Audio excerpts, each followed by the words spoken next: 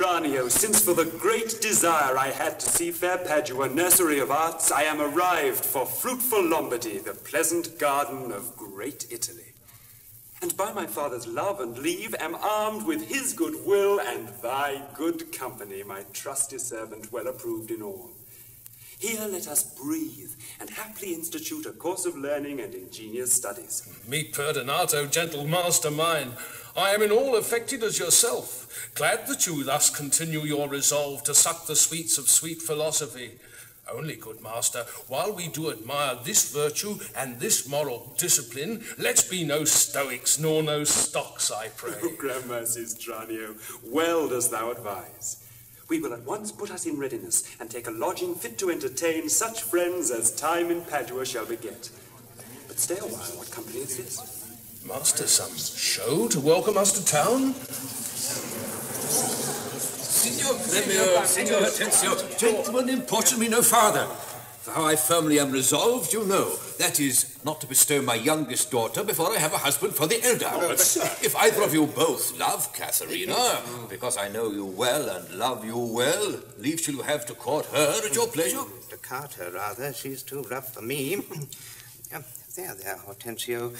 Will you, any wife? I pray you, sir, is it your will to make a stale of me amongst these mates? Mates? Maid, how mean you that? No mates for you, unless you were of gentler, milder mode. Hortensio, you shall never need to fear. You wish it is not halfway to her heart. But if it were, doubt not her care should be to comb your noddle with a three-legged stool and paint your face and use you like a fool. Now, from all such devils, good Lord, deliver us. Me too, good Lord. That wench is stark mad or wonderful froward. But in the other's silence do I see maid's mild behaviour and sobriety. Yeah, but she's... Tranio. Oh, well said, master. Mum, and gaze your fill. Gentlemen, that I may soon make good what I have said. Bianca, get you in. And let it not displease thee, good Bianca, for I will love thee nevertheless, my girl. Ah, pretty peach. It is best put finger in the eye and she know why. Sister, content you in my discontent. Sir, to your pleasure humbly I subscribe. My books and instruments shall be my company. On them to look and practice by myself. Oh, Signor Baptista, will you be so strange? Sorry am I that our good will affects Bianca's grief. Why will you mew her up, Signor Baptista, for this fiend of hell, and make her bear the penance of her tongue? Gentlemen, content ye. I am resolved. Go in, Bianca. And for I know she taketh most delight in music, instruments, and poetry. Schoolmasters will I keep within my house, fit to instruct her youth. If you, Hortensio, or Signor Gremio, you know any such, prefer them hither. For to cunning men I will be very kind, and liberal to mine own children in good bringing up. And so, farewell. Katherine, you may stay, for I have more to commune with Bianca. Why, and I trust I may go too, may I not? What shall I be appointed hours, as though belike I knew not what to take and what to leave, eh? You may go to the devil's dam. Your gifts are so good, here's none will hold you. Well, Hortensio, farewell. Yet, for the love I bear my sweet Bianca, if I can by any means light on a fit man to teach her that wherein she delights, I will wish him to her father. So will I, Signor Gremio, but a word, I pray. Eh? Though the nature of our quarrel yet never brook parle, know now, it touches us both to labour and effect one thing specially, that we may yet again have access to our fair mistress and be happy rivals in Bianca's love. Well, what's that, I pray? Well, marries her to get a husband for her sister. A husband, a devil? I say a husband. Well, I say a devil. Think'st thou, Hortensio, though her father be very rich, any man is so very a fool to be married to hell? Oh, tush, Gremio, though it pass your patience and mine to endure her loud alarums, why, man, there be good fellows in the world, and a man could light on 'em, would take her with all faults and money enough. Well, I cannot tell, but I had as lief take her dowry with this condition as to be whipped too at the High Cross every morning. Faith, as you say, there's small choice in rotten apples, but come. Since this bar-in-law makes us friends, it shall be friendly maintained till, by helping Baptista's eldest daughter to a husband, we set his youngest free for a husband, and then have tutor fresh. Sweet Bianca, happy man be his dole. He that runs fastest gets the ring. How say you, Signor Gremio? I am agreed. And would I had given him the best horse in Padua to begin his wooing that would thoroughly woo her, wed her, and bed her, and rid the house of her. Come on! I pray, sir, tell me, is it possible that love should of a sudden take such hold? Oh, Tranio, till I found it to be true, I never thought it possible or likely.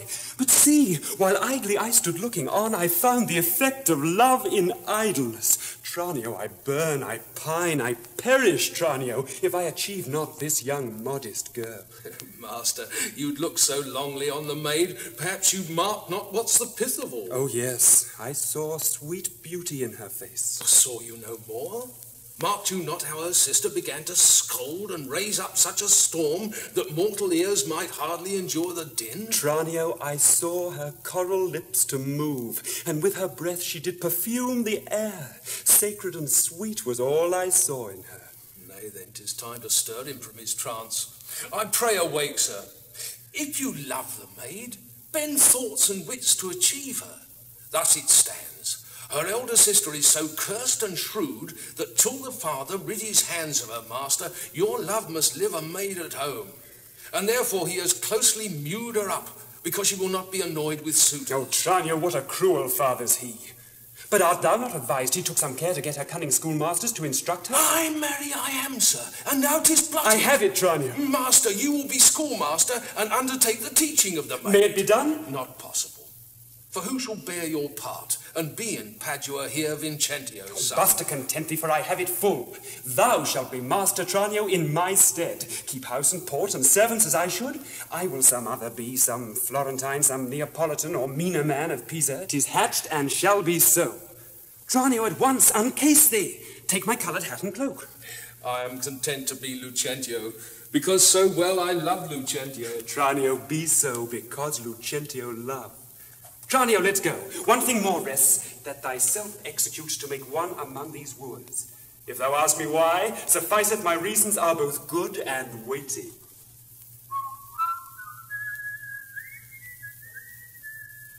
Verona, for a while I take my leave to see my friends in Padua, but of all my best beloved and approved friend, Hortensio, and I trow this is his house. Here, Sir Grumio, knock, I say. Knock, sir? Whom should I knock? Is there any man is refused, your worship? Villain, I say, knock me here soundly. Knock you here, sir? Why, sir, what am I, sir, that I should knock you here, sir? Villain, I say, knock me at this gate and rap me well, or I'll knock your knave's pate. I should knock you first, then I know after who comes by the worst. Will it not be? Faith, sirrah, and you'll not knock, I'll ring it. I'll see how you can stall far out. Well, master, tell me, master. Now, when I bid you, sirrah, villain! Now, my good friend Grumio and my old friend Petruchio. But Hortensio, I bade the rascal knock me at your gate. Knock at the gate? Oh, heavens, spake you not these words. Plain, sirrah, knock me here, rap me here, knock me well and rap me Grumio. soundly. Come you now, we're knocking at the gate. Villain, begone or talk not, I'll advise you. Petruchio, patience. I am Grumio's pledge, your ancient, trusty, pleasant servant, Grumio. And tell me now, sweet friend, what happy gale blows you to Padua here from old Verona?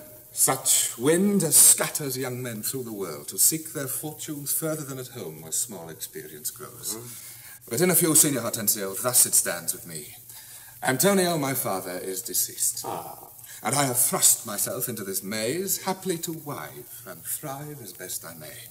Crowns in my purse I have, and goods at home, and so I'm come abroad to see the world. Petruchio, shall I then come roundly to thee and wish thee to a shrewd, ill-favoured wife? Thou hast thanked me but a little for my counsel, and yet I'll promise thee she shall be rich. Eh? And very rich. But thou art too much my friend, and I'll not wish thee to her. Signor Hortensio, twixt such friends as we, few words suffice. Therefore, if you know one rich enough to be Petruchio's wife, as wealth is burden of my wooing dance, be she as foul as was Florentius' love, as old as Sibyl, or as cursed and shrewd as Socrates' Xanthippe, or a worse, she moves not me, or not removes at least affection's edge in me. Was she as rough as are the swelling Adriatic seas? I come to wive it wealthily in Padua. If wealthily, then happily in Padua. No, look you, sir. He tells you flatly what his mind is. Well, give him gold enough and marry him an old trot with ne'er a tooth at her head. Though she have as many diseases as 52 horses. Why, nothing comes amiss, some money comes with all. Petruchio, since we have stepped thus far in, I will continue that I broached in jest. I can, Petruchio, help thee to a wife with wealth enough, and young and beauteous, brought up as best becomes a gentlewoman. Her only fault, and that is faults enough, is that she is intolerable cursed, and shrewd and froward, so beyond all measure that were my state far worse than it is, I would not wear her for a mine of gold. Hortensio, peace, thou knowst not gold's effect. Tell me her father's name, and 'tis enough, for I will board her, though she chide as loud as thunder when the clouds in autumn crack. Her name is Katherine Minola, renowned in Padua for her scolding tongue. I will not sleep till I have seen her. Tarry, Petruchio, I must go with thee. For in Baptista's keep my treasure is. Well, he hath the jewel of my life in hold, his youngest daughter, beautiful Bianca. Therefore this order hath Baptista ta'en that none shall have access unto Bianca till Katherine the Cursed have got a husband. Katherine the Cursed? A title for a maid of all titles thee worst. Now shall my friend Petruchio do me grace, and offer me, disguised in sober robes to old Baptista, as a schoolmaster, well seen in music, to instruct Bianca, so that I may by this device at least have leave and leisure to make love to her, and unsuspected court her by myself. Master, look about you, who goes there? Scrumio, it is the rival of my love. God save you, Signor Gremio. Petruchio, stand by a while. And you are well met, Signor Hortensio. Trow you whither I am going? To Baptista Minola.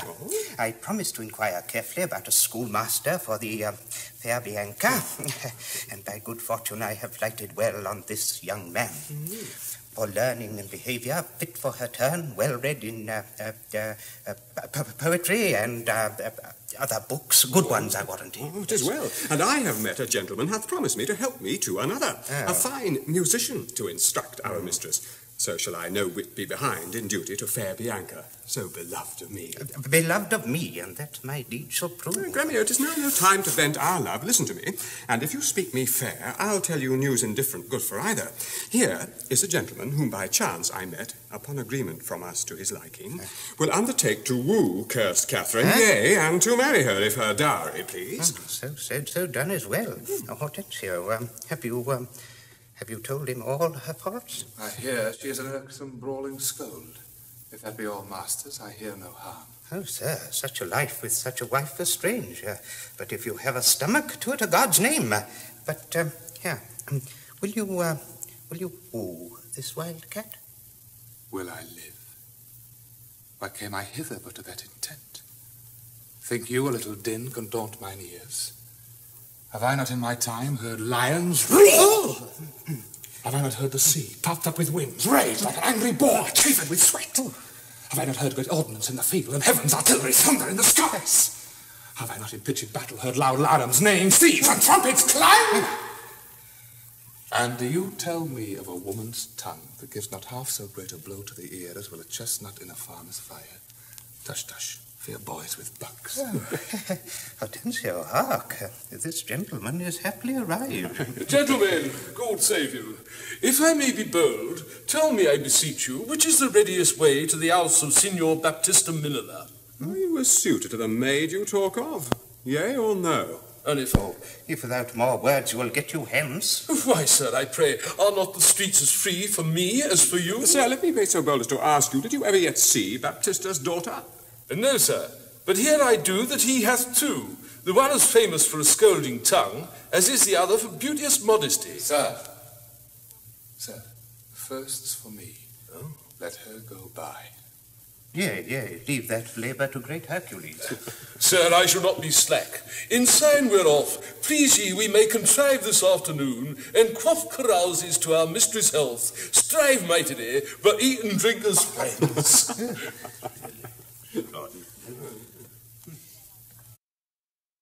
Of all thy suitors, here I charge thee, tell whom thou lovest best, see thou dissemble not. Believe me, Kate, of all the men alive, I never yet beheld that special face which I could fancy more than any other. Minion, thou liest. Is not Hortensio. You affect him, sister. Oh, here, I swear I plead for you myself, and you shall have him. Oh, then belike you fancy riches more. You will have Gremio to keep you fair. Is it for him you do envy me so? Nay, then, you jest. And now I well perceive you have but jested with me all this while. If that be jest, then all the rest was so. this insolence? Bianca, stand aside. Poor girl, she weeps. Go ply thy needle. Meddle not with her. For shame, thou hilding of a devilish spirit. Why dost thou wrong her that did ne'er wrong thee? When did she cross thee with a bitter word? Her silence flouts me, and I'll be revenged! In my sight! Bianca, get thee in. What? Will you not suffer me? Nay, now I see. She is your treasure. She must have a husband. I must dance barefoot on her wedding day, and for your love to her lead apes in hell. Daughter. Talk not to me. I will go sit and weep till I can find occasion of revenge. Was ever gentleman thus grieved as I? But who comes here? Good morrow. Good morrow, neighbour Baptista. Good morrow, neighbour Grimio. God save you, gentlemen. And you, good sir. Pray, have you not a daughter called Katherine, fair and virtuous? I have a daughter, sir, called Katherine. You are too blunt. Go to it, orderly. You're wrong, Sian Grimio, give me leave. I am a gentleman of Verona, sir, that hearing of her beauty and her wit, her affability and bashful modesty, her wondrous qualities and mild behaviour, am bold to show myself a forward guest into your house, to make mine eye the witness of that report which I so oft have heard. And for an entrance to my entertainment, I do present you with a man of mine, cunning in music and the mathematics, to instruct her fully in those sciences whereof I know she is not ignorant. His name is Licio, born in Manchester. You're welcome, sir, and he for your good sake. But for my daughter Katherine, this I know, she is not for your turn, the more my grief. I see you do not mean to part with her, or else you like not of my company. Mistake me not, I speak but as I find. Whence are you, sir? What may I call your name? Petruchio is my name, Antonio. I know him well. You are welcome for his sake. Saving your tale, Petruchio, I pray let us that are poor petitioners speak too. Lucari, you are marvellous forward. Pardon me, Sian Grimio, I would fain be doing. I doubt it not, sir, but you will curse your wooing. Well, to express the like kindness myself that have been more kindly beholding to you than any, freely give unto you this young scholar. That has been long studying at Rheims, as cunning in Greek, Latin, and, other languages, as the other in music and mathematics. His name is,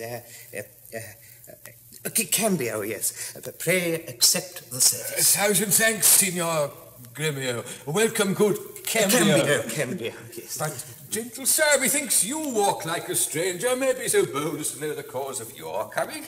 Pardon me, sir, the boldness is mine own, that being a stranger in this city here, do make myself a suitor to your daughter, unto Bianca, fair and virtuous. Lucentio is my name. Of whence, I pray? Of Pisa, sir, son of Vincentio. A mighty man of Pisa. By report I know him well. You are very welcome, sir. Hello within. Sir, lead these gentlemen to my daughters and tell them both these are their tutors. Bid them use them well.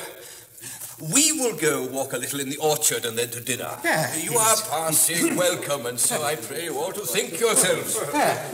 Signor Baptista, my business asketh haste, and every day I cannot come to woo.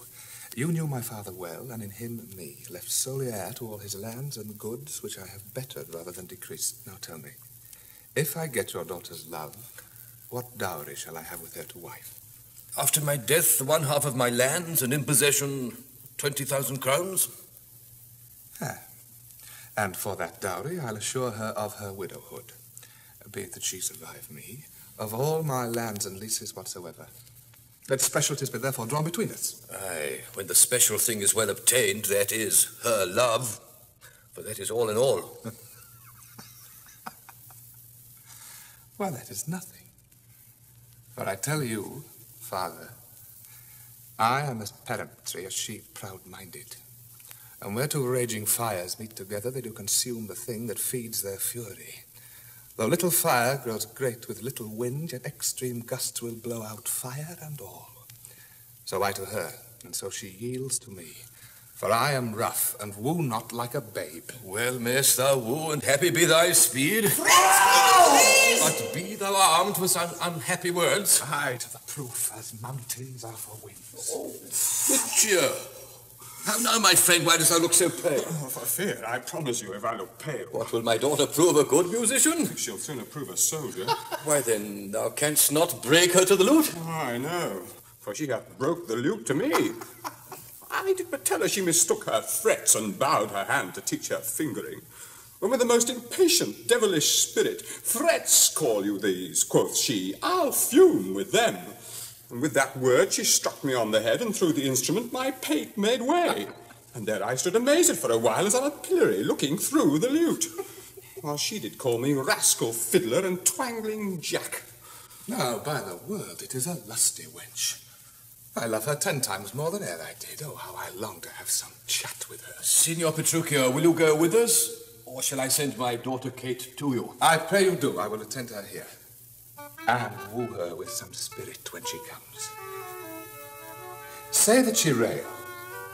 Why, then I'll tell her plain she sings as sweetly as a nightingale. Say that she frown. I'll say she looks as clear as morning roses newly washed with dew. If she be mute and will not speak a word, then I'll commend her volubility and say she uttereth piercing eloquence. If she do bid me pack, I'll give her thanks as though she bade me stay by her a week. If she deny to wed, I'll crave the day when I shall ask the banns and when be married. But here she comes, and now Petruchio speak. Good morrow, Kate. For that's your name, I hear. Well, have you heard? But something hard of hearing. They call me Katherine that you talk of me. You lie, Faith, for you are called plain Kate and bonny Kate. And sometimes Kate the cursed. But Kate, the prettiest Kate in Christendom, Kate of Kate Hall, my super dainty Kate, for dainties are all Kate, and therefore Kate. Take this of me, Kate of my consolation. Hearing thy mildness praised in every town, thy virtue spoke of, and thy beauty sounded, yet not so deeply as to thee belongs. Myself am moved to woo thee for my wife. Moved? In good time. Let him that moved you hither remove you hence. I knew you at the first you were immovable. Why, what's immovable? A joint stool. Thou hast hit it. Come, sit on me. Asses are made to bear, and so are you. Women are made to bear, and so are you. No such jade as you, if me you mean. Alas, good Kate, I will not burden thee, for knowing thee to be but young and light. Too light a faith for such a swain as you to catch, and yet as heavy as my weight should be. You waspy Faith, you are too angry. If I be waspish, best beware my sting. My remedy then is to pluck it out. Aye, if the fool could find it where it lies. Who knows not what a wasp does where his sting in his tail? In his tongue. Whose tongue? Yours, if you talk of tails, and so farewell. But with my tongue in your tail? Nay, good Kate, I am a gentleman. That I'll try. I swear I'll cuff you if you strike again. So may you lose your arms. If you strike me, you are no gentleman, and if no gentleman, why then, no arms. The herald, Kate, put me in thy books. What is your crest, a coxcomb? A combless cock, so Kate will be my head. No cock of mine, you crow to like a craven. Nay, come, Kate, come, you must not look so sour. It is my fashion when I see a crab. No, by St. George, I am too young for you. Yet you are withered. 'Tis with care. I care not. Nay, hear you, Kate. In sooth, you state not so. I chafe you if I tarry. Let me go! No, not a whit. I find you passing gentle. 'Twas told me you were rough and coy and sullen, but now I find report a very liar, for thou art pleasant, gamesome, passing courteous, but slow in speech. Why does the world report that Kate doth limp? Oh, slanderous world! Did ever Dian so become a grove as Kate this chamber with her princely gait? Or be thou Dian, and let her be Kate, then let Kate be chaste and Dian sportful. Where did you study all this goodly speech? It is extempore from my mother wit. Ah, witty mother, witless else her son. Am I not wise? Yes, keep you warm. Marry, so I mean, sweet Katherine, in thy bed.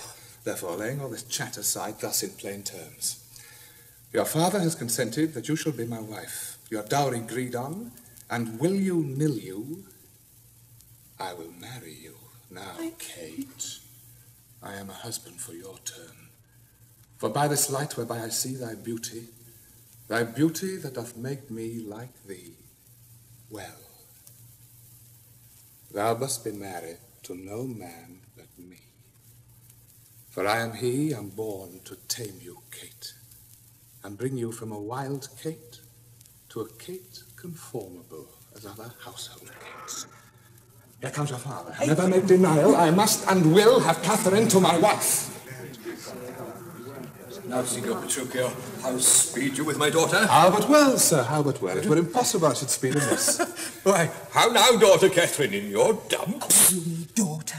Now I promise you, you have showed a tender, fatherly regard to wish me wed to one half lunatic, a madcap ruffian, and a swearing jack that thinks with oaths to face the matter out. Father, 'tis thus. Yourself and all the world that talked of her have talked amiss of her. If she be cursed, it is for policy, for she is not froward, but modest as the dove. She is not hot, but temperate as the morn. And to conclude, we have agreed so well together that upon Sunday is the wedding day. I'll see thee hanged on Sunday first. I tell you, 'tis incredible to believe how much she loves me. Oh, the kindest Kate.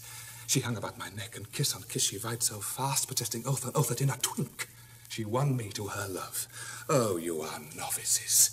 'Tis a world to see how tame when men and women are alone. A meek cock wretch can make the curses shrew. Give me your hand, Kate! I will on to Venice to buy apparel against the wedding day. Provide the feast, father, and bid the guests, and we'll be sure my Katherine will be fine. I do not want to say. Yes.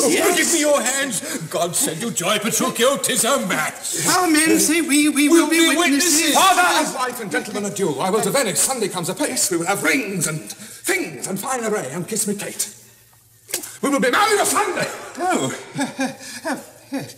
Well, but now, Baptista, to your younger daughter. I, Gremio, am your neighbour and was suitor first. But I, Lucentio, love Bianca more than words can witness or your thoughts can guess. Youngling, thou canst not love so dear as I. Greybeard, thy love doth freeze. But thine doth fry. Skipper, stand back. 'Tis age that nourisheth. But youth in ladies' eyes that flourisheth. Consent you, gentlemen. I will compound this strife. 'Tis deeds must win the prize. Sir, list to me. I am my father's heir and only son.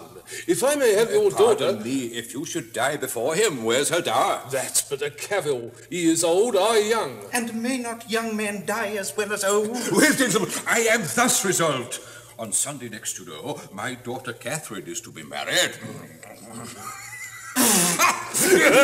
Now, on the Sunday following shall be anchored.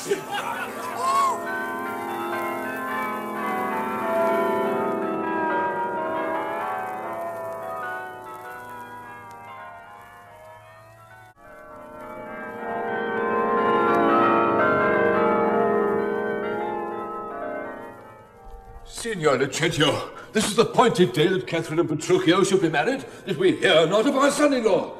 What will be said? What mockery will it be to want the bridegroom when the priest attends to speak the ceremonial rites of marriage? What says Lucentio to this shame of ours? No shame but mine. I must forsooth be forced to give my hand opposed against my heart unto a mad-brained rudesby, full of spleen, who wooed in haste and means to wed at leisure. I told you he was a frantic fool, hiding his bitter jests in blunt behaviour. And to be noted for a merry man, he'll woo 1,000, point the day of marriage, make feast, invite friends, and proclaim the banns, yet never means to wed where he hath wooed. Now must the world point at poor Katherine and say, Lo, there is mad Petruchio's wife. If it would please him, come and marry her. Patience, good Katherine, and Baptista too. Upon my life, Petruchio means but well, whatever fortune stays him from his word. Though he be blunt, I know him passing wise. Though he be merry, yet withal he's honest. Would Katherine had never seen him, though! Go. I cannot blame thee now to weep, for such an injury would vex a saint. Much more a shrew of thy impatient humour. Master!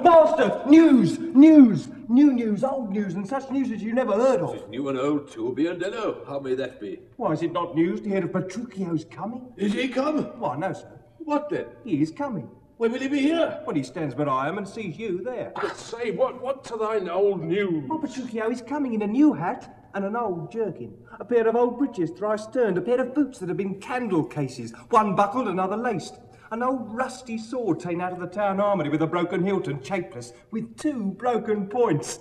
His horse hipped with an old mothy saddle and stirrups of no kindred, besides possessed with the glanders and like to mose in the chime, trouble with the lampus, infected with the fashions, full of windgall, sped with spavins, rayed with the yellows, past cure of the fives, stark spoiled with the staggers, begnawn with the bots, swayed in the back and shoulder shot and near leg before, and with a half-cheek bit, and a headstall of sheep's leather, which, being restrained to keep it from stumbling, hath been often burst, and new repaired with knots, one girth 6 times pieced, and a woman's cruppet of velour, which hath 2 letters for a name fairly set down in studs, and hidden there pieced with packthread. Who comes with him?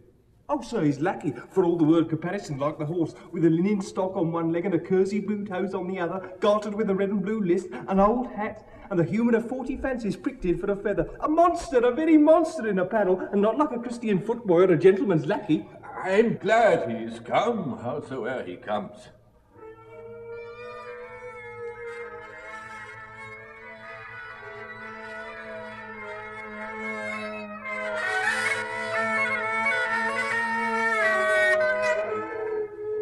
Come, where be these gallants? Who's at home?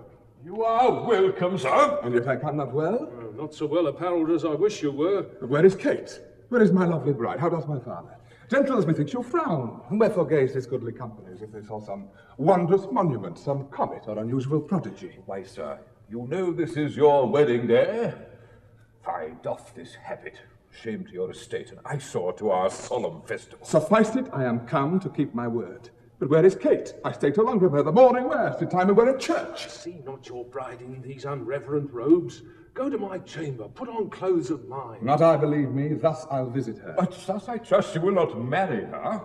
Good sooth, even thus. That are done with words, to me she's married, not unto my clothes. But what a fool am I to chat with you, for I shall bid good morrow to my bride and seal the title with a lovely kiss. Let's after him and see the event of this.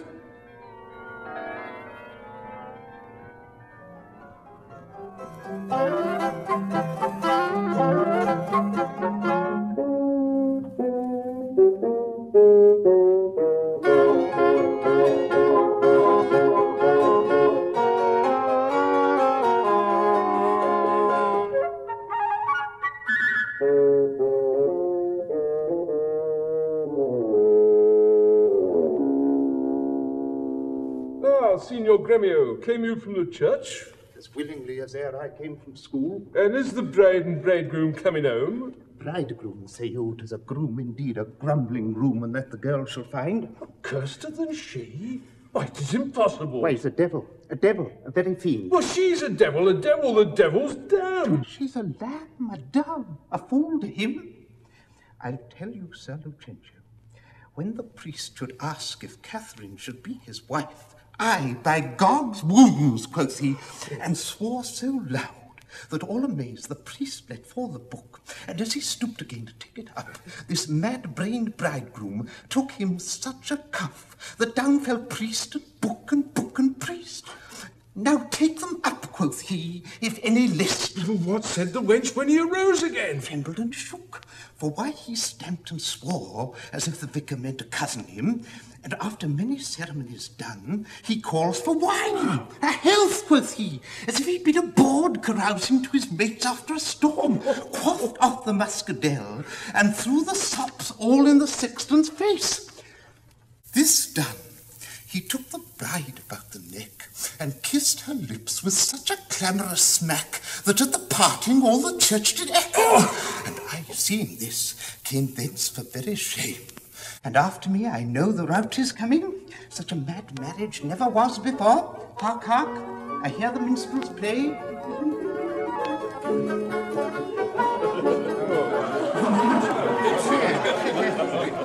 Gentlemen and friends, I thank you for your pains. I know you think to dine with me today, and have prepared great store of wedding cheer. But so it is, my haste doth call me hence, and therefore me to take my leave. You will away tonight. I will away today, before night comes. Make it no wonder. If you knew my business, you would entreat me rather go than stay. And honest company, I thank you all that have beheld me give away myself to this most patient, sweet, and virtuous wife.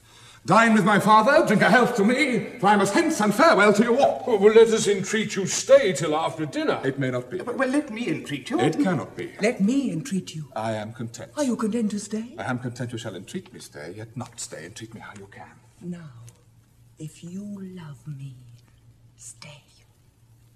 Groomio, my horse. I thought they'd be ready. The oats have eaten the horses. Nay, then, do what thou canst. I will not go today. No, nor tomorrow. Not till I please myself. The door is open, sir. There lies your way. You may be jogging whilst your boots are green. For me, I'll not be gone till I please myself. 'Tis like you prove a jolly surly groom that take it on you at the first so roundly. Oh, Kate, content thee, prithee, be not angry. I will be angry. What hast thou to do? Father, be quiet. He shall stay my leisure. Marry, sir, now it begins to work. Gentlemen, forward to the bridal dinner. I see a woman may be made a fool if she had not a spirit to resist. They shall go forward, Kate, at thy command. Obey the bride, you that attend on her. Go to the feast, revel and domineer. Carouse full measure till her maidenhead. Be mad and merry or go hang yourself. But for my bonny Kate, she must with me. Nay, look what they can stop the sign of fret. I will be master of what is mine own. She is my goods, my chattels. She is my house, my household stuff, my field, my barn, my horse, my ox, my ass, my anything. And there she stands. Touch whosoever dare. I'll bring mine action on the proudest he that stops my way in Padua. Through sir! We are beset with thieves. Draw forth thy weapon. Rescue our mistress if there be a man. Fear not, sweet wench, they will not harm thee. Kate, I'll buckler thee against a million. Let them go. A couple of quiet ones.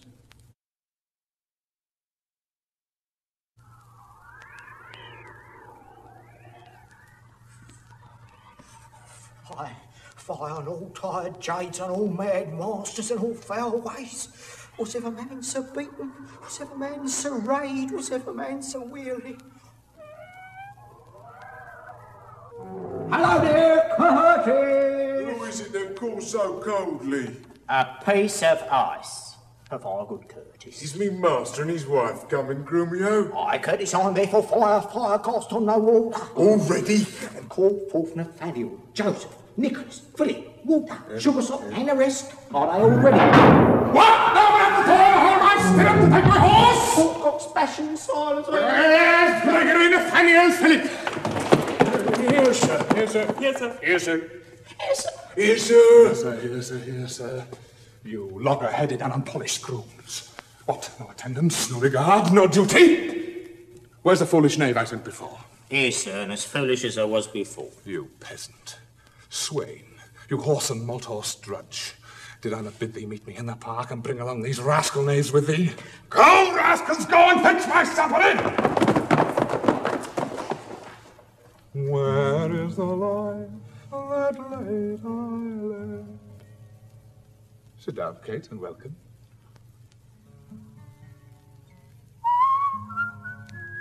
Food. Food. Food. Food! Why, I say? My good sweet Kate, be merry. Off with my boots, you rogue, you villain, when? It was a friar of orders grey. As he forth walked out, you rogue, you pluck my foot out, I take that, and the plucking of the other. Be merry, Kate. Some water? Water! Water! Where's my spaniel Troilus? Troilus! Where are my slippers? Slippers! Slippers! Shall I have some water? Water! Come, Kate, and wash, and welcome heartily, you whoreson villain. Will you let it fall? Patience, I pray you. 'Twas a fault unwilling. A whoreson, beetle-headed, flap-haired knave. Come, Kate, sit down. I know you have a stomach. Will you give thanks, sweet Kate, or else shall I? What's this? Mutton? Aye. Who brought it? Aye. 'Tis burnt, and so is all the meat. Dogs are these. Where is the rascal cook? How durst you, villain, spring it from the dresser and serve it thus to me that love it not? Here, take it, you trenchant cunt, Ill-fated and unmannered slaves, what do you grumble at me with, you straight? I pray you, husband, be not so disquiet. The meat was well if you were so contented. I tell thee, Kate was burnt and dried away, and I expressly am forbid to touch it, for it engenders choler, planteth anger, and better 'twere that both of us did fast, since of ourselves are choleric, than feed it with such over-roasted flesh. Be patient. Tomorrow shall be mended, and for this night we'll fast for company. Come, I will bring thee to the bridal chamber.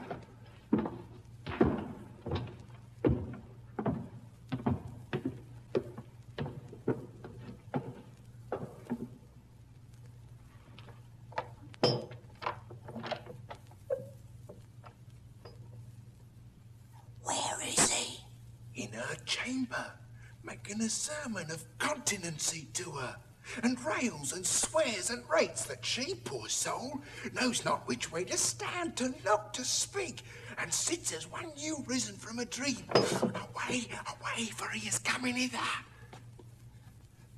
Thus have I politically begun my reign, and 'tis my hope to end successfully. My falcon now is sharp and passing empty, and till she stoop, she must not be full gorged. She ate no meat today, nor none shall eat. Last night she slept not, nor tonight she shall not. As with the meat, some undeserved fault I'll find about the making of the bed. And here I'll fling the pillow, there the bolster, this way the coverlet, another way the sheets. Aye, and amid this hurly I intend that all is done in reverent care of her. And in conclusion, she shall watch all night. And if she chance to nod, I'll rail and brawl, and with a clamour keep her still awake. This is the way to kill a wife with kindness, and thus I'll curb her mad and headstrong humour. He that knows better how to tame a shrew, now let him speak. 'Tis charity to show.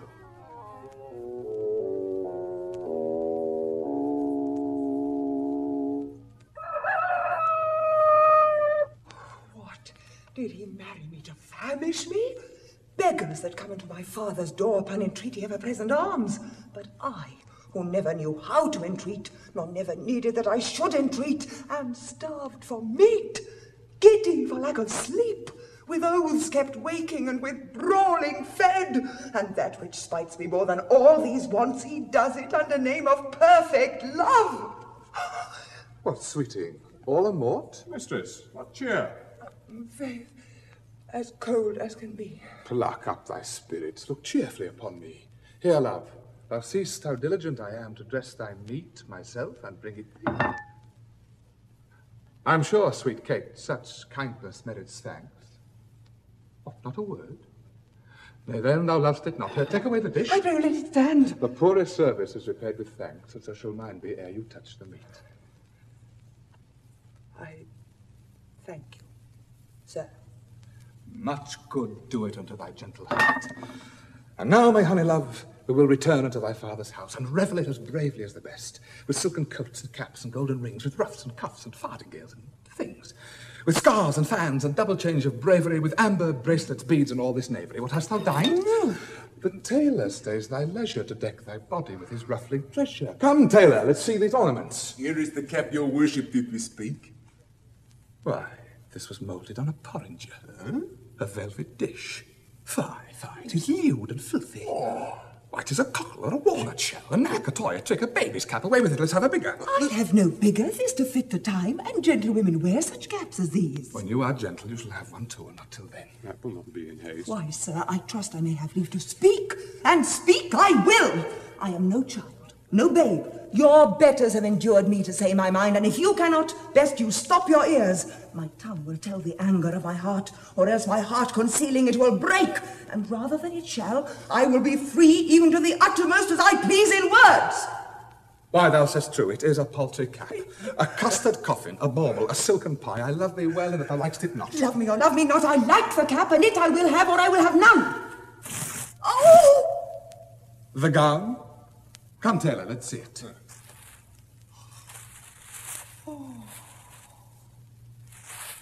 Oh, mercy God, what masking stuff is here? What's this, a sleeve? This is like a demi-cannon. Spot up and down, carved like an apple tart. A snip and nip and cut and slish and slash like to a censer in a barber's shop. Why, what a devil's name tailor calls thou this? See, she's like to have neither cap nor gown. Well, come, my Kate. We will unto thy fathers, even in these honest, mean habiliments. Let's see. I think 'tis now some 7 o'clock, and well we may be there by dinner time. I dare assure you, sir, 'tis almost 2, and 'twill be supper time ere we come there. It shall be 7 ere I go to horse. Look, what I speak, or do, or think to do, you are still crossing it. Sir, let alone. I will not go today, and ere I do, it shall be what o'clock I say it is. Why, So this gallant will command the sun. Come on, a God's name once more unto our fathers. Good Lord, how bright and goodly shines the moon. The moon? The sun? It is not moonlight now. I say it is the moon that shines so bright. I know it is the sun that shines so bright. Now by my mother's son, and that's myself. It shall be moon or star or what I list, or ere I journey to your father's house. Go on, fetch our horses back again, evermore cross and cross, nothing but cross. Forward, I pray, since we have come so far, and be it moon or sun or what you please, and if you please to call it a rush candle, henceforth I vow it shall be so for me. I say it is the moon. I know it is the moon. Nay, then you lie, it is the blessed sun. Thank God be blessed, it is the blessed sun. But sun it is not when you say it is not. And the moon changes even as your mind. What you will have it named, even that it is. And so it shall be so for Katherine. Petruchio, go thy ways. The field is won. But soft, company is coming here. Fair sir, and you, my merry mistress. My name is called Vincentio, my dwelling Pisa, and I am bound to Padua, there to visit a son of mine, which long I have not seen. Good morrow, gentle mistress. Mistress? Tell me, sweet Kate, and tell me truly too, has I beheld a fresher gentlewoman? Sweet Kate, embrace her for her beauty's sake. Young budding virgin, Virgin? fair and fresh and sweet, whither away, or where is thy abode? Happy the parents of so fair a child, happier the man whom favourable stars allot thee for his lovely bedfellow. Come now, Kate, I hope thou art not mad. This is a man. Old, wrinkled, faded, withered, and not a maiden, as thou sayest he is. Pardon, old father, my mistaking eyes, that have been so bedazzled with the sun, that everything I look on seemeth green. Now I perceive thou art a reverend father. Pardon, I pray thee, for my mad mistaking. Forward, good grandsire, we shall be joyful of thy company. Husband, let's follow. First kiss me, Kate, and then we will. In the midst of the street. What, art thou ashamed of me? No, sir, God forbid, but I'm ashamed to kiss. Why then, let's home again. Come, sir, let's away. Nay, I will give thee a kiss. Now, pray thee, love, stay. Is not this well? Come, my sweet Kate. Better once than never, for never too late.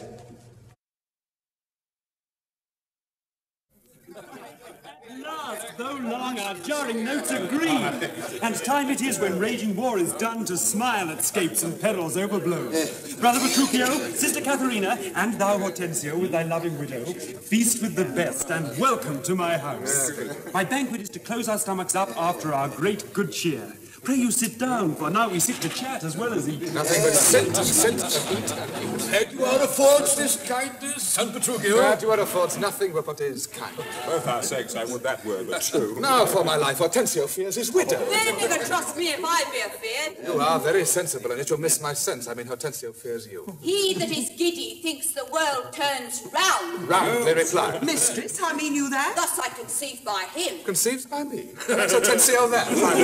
My widow says thus she conceives her tale. Oh, very well, then. Kiss him for that, good widow. He that is giddy thinks the world turns round. I pray you tell me what you meant by that. Your husband, being troubled of a shrew, measures my husband's sorrow by his woe. And now you know my meaning. A very mean meaning. Right, I mean you. And I am mean indeed respecting you. Oh, 100 marks, my Kate, I'll put that down. That's my office. Spoke like an officer, I told thee that. Senior Premier, the bird you aimed at, though you hit her not. Therefore, a health to all that shot and missed. 'Tis well, sir, that you hunted for yourself. 'Tis thought your deer does hold you at bay. Oh, Petruchio, Tranio hits you now. Thank thee for that, good Tranio. Confess, confess, has he not hit you here? I had a little galled me, I confess, but as the jest did glance away from me to send to one it maimed you to. Now, in good sadness, San Petruchio, I think thou hast the veriest shrew of all. Well, I say no. And for assurance, let each one send unto his wife And he whose wife is most obedient to come at first when he does send for her shall win the wager which we will propose. Oh, content. What's the wager? 20 crowns. 20 crowns. I'll wager so much upon my hawk or hound, but 20 times as much upon my wife. 100 then. Content. A match, 'tis that. Who shall begin? That I will. Go, Biendello. Bid your mistress come to me. I'll go. Son, I'll be your half, Bianca, come. I'll have no halves. I'll bear it all myself. How now? What news? Sir, my mistress sends you word that she is busy and she cannot come. How? She's busy and she cannot come. Is that an answer? And a kind one, too. Pray God, sir, your wife send you not worse. I hope better. Sir Biendello, go and entreat my wife to come to me forthwith. Entreat? Now she must needs come. Oh, I'm afraid, sir. Do what you can. Yours will not be entreated. Where's my wife? She says you have some goodly jest in hand. She will not come. She bids you come to her. Oh, worse and worse. She will not come. Oh, vile, intolerable, not to be endured. Sinagumia, go to thy mistress. Say, I command her come to me. I know her answer. What? She will not. The fouler fortune mine, and there an end.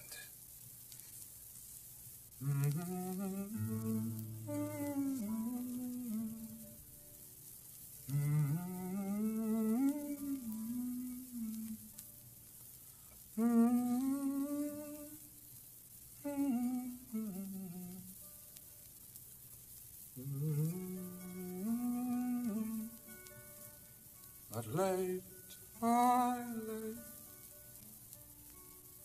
gone with yesterday.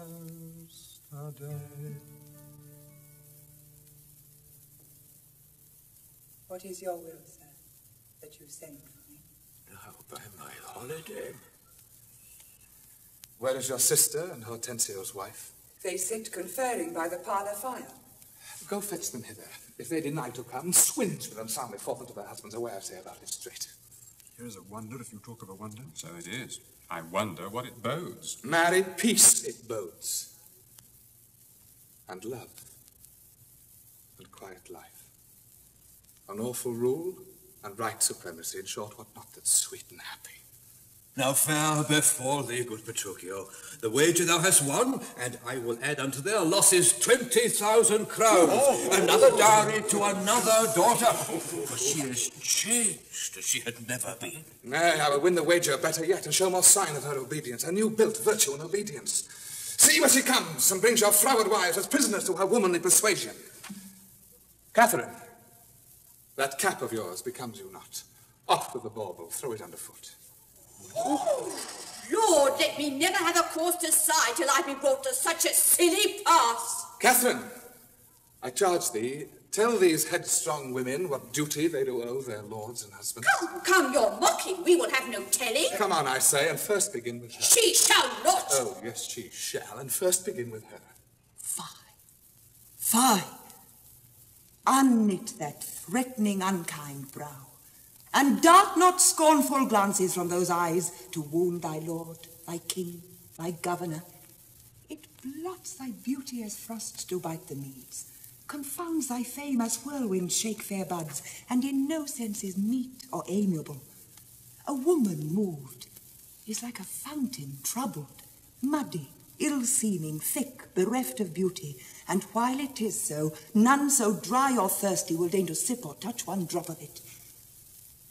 Thy husband is thy lord, thy life, thy keeper, thy head, thy sovereign, one that cares for thee, and for thy maintenance commits his body to painful labour both by sea and land, to watch the night in storms, the day in cold, whilst thou liest warm at home, secure and safe, and craves no other tribute at thy hands but love, fair looks, and true obedience.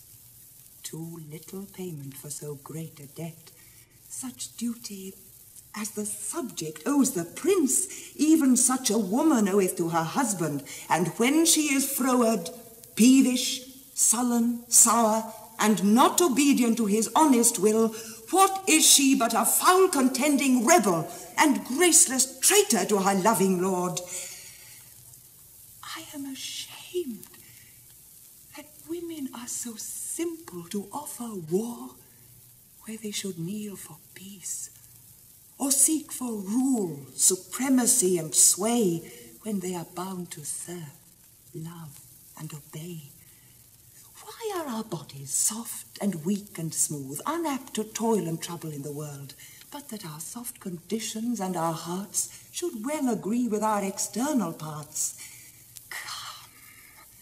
Come, you froward and unable worms.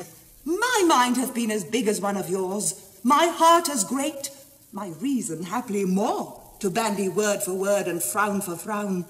But now I see, our lances are but straws, our strength as weak, our weakness past compare, that seeming to be most which we indeed least are. Then veil your stomachs, for it is no put, and place your hands below your husband's foot. In token of which duty, if he please, my hand is ready.